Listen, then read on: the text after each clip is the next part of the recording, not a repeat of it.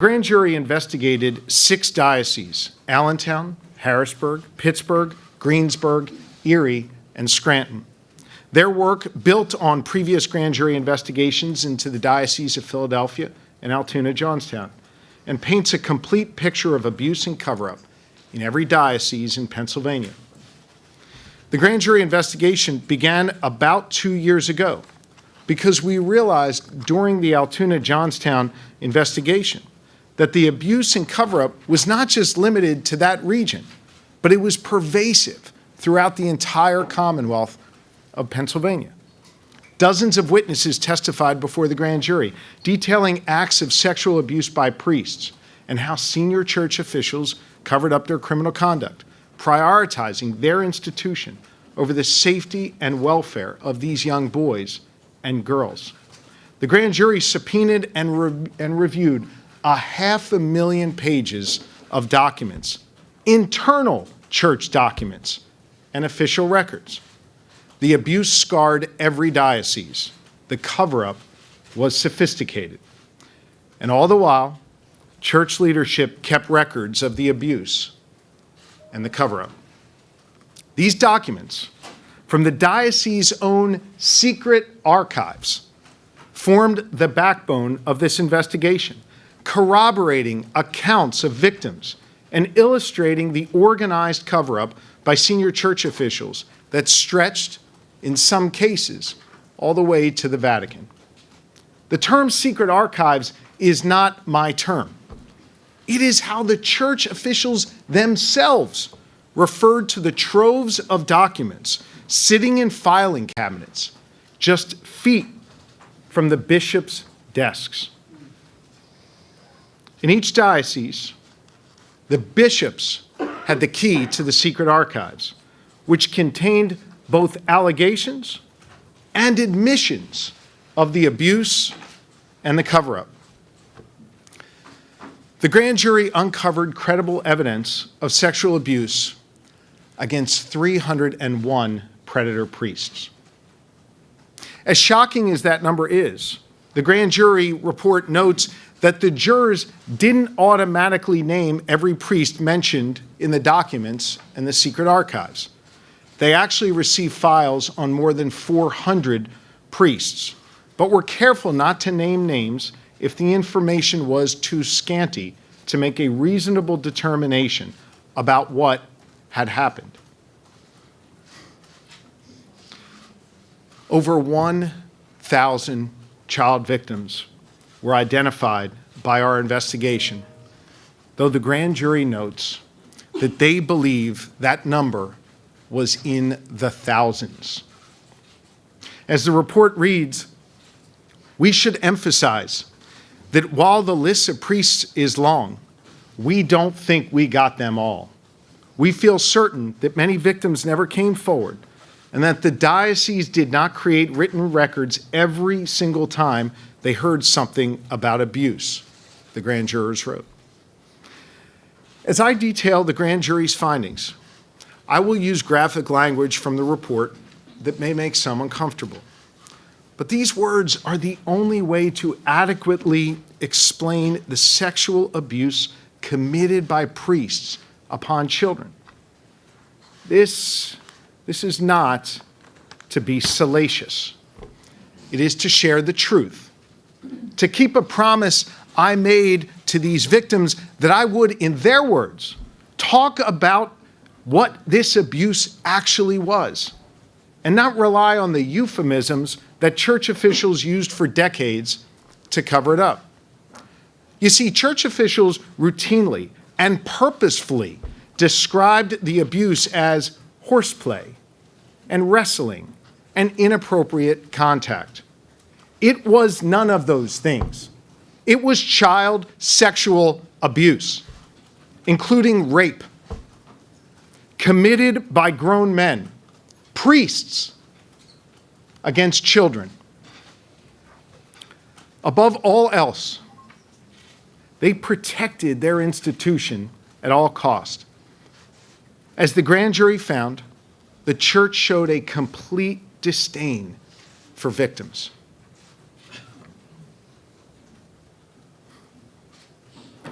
In the Diocese of Erie, the grand jury named 41 priests who sexually abused children. One priest in Erie, Father Chester Goronsky, fondled boys and told them he was doing so to perform a cancer check. In 1987, after complaints were filed against him, Goronsky provided the diocese with a list of 41 possible victims.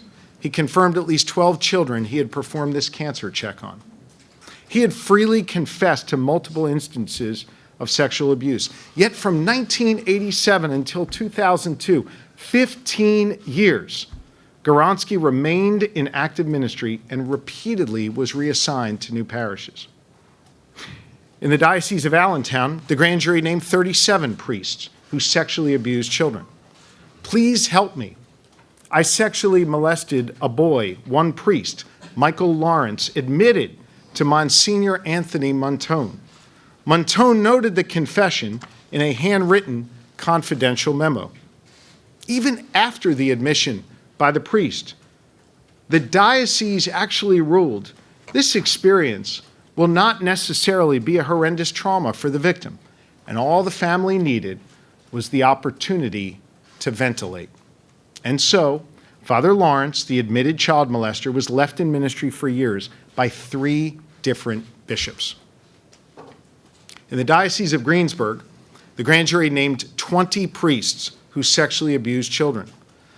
One priest, Father Raymond Lukac, impregnated a 17-year-old girl, forged another pastor's signature on a marriage certificate, then divorced the girl shortly after she gave birth. Despite having sex with a minor, fathering a child, and being married and divorced, Father Lukac was allowed to stay in ministry while the diocese sought a benevolent bishop in another state willing to take the predator, hiding him from justice. In the Diocese of Harrisburg, the grand jury named 45 priests who sexually abused children.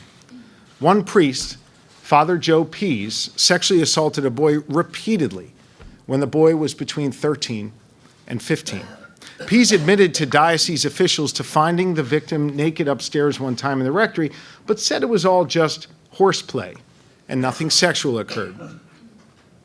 At this point, we are at an impasse. Allegations and no admission, the diocese wrote in one of those secret memos, before cycling this predator through church-run treatment and allowing him back into active ministry for 7 more years.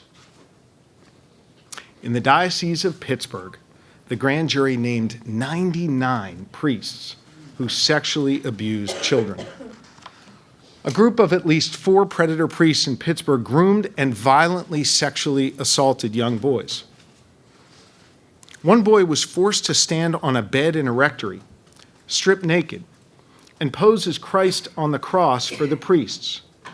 They took photos of their victim, adding them to a collection of child pornography which they produced and shared on church grounds.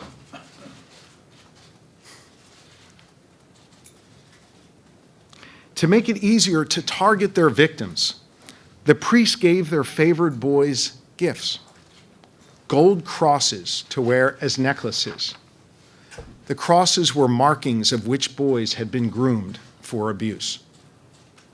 The grand jury saw one of those gold crosses when one of the victims of the Pittsburgh priests testified. In the Diocese of Scranton, the grand jury named 59 priests who sexually abused children. A diocese priest, Thomas Skotek, raped a young girl, got her pregnant, and then that priest arranged for an abortion. Bishop James Timlin expressed his feelings in a letter. He wrote, "This is a very difficult time in your life, and I realize how upset you are. I too share your grief." Except the bishop's letter was not for the girl. The bishop wrote that letter to the rapist. Just these few examples of those contained in the report demonstrate starkly similar corrupt and unconscionable abuse. The pattern was abuse, deny, and cover up. The effect not only victimized children, it served a legal purpose that church officials manipulated for their advantage. The longer they covered it up, the less chance law enforcement could prosecute these predators because the statute of limitations would run.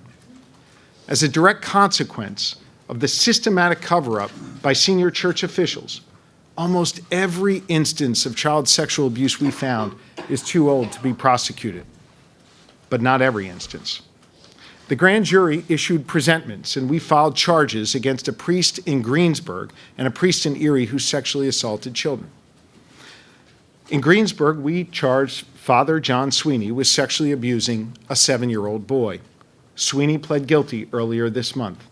He is now an admitted sexual predator. In Erie, we charged Father David Paulson with sexually abusing one boy for 8 years, starting when he was just 8 years old. He actually made the boy go to confession to admit his sins to Paulson himself. The bishop at the time, Donald Troutman, knew all about this abuse, and Troutman covered it up. As a result of the previous grand jury in Altoona, Johnstown, 2 Franciscan friars admitted they endangered the welfare of minors, covering up sexual assaults by a fellow friar. So this grand jury, and the one that preceded it, did not just write reports, they recommended charges where they legally could, and we followed through. We all wish more charges could be filed, but due to the church's manipulation of our weak laws in Pennsylvania, too many predators were out of reach. The cover-up made it impossible to achieve justice for the victims.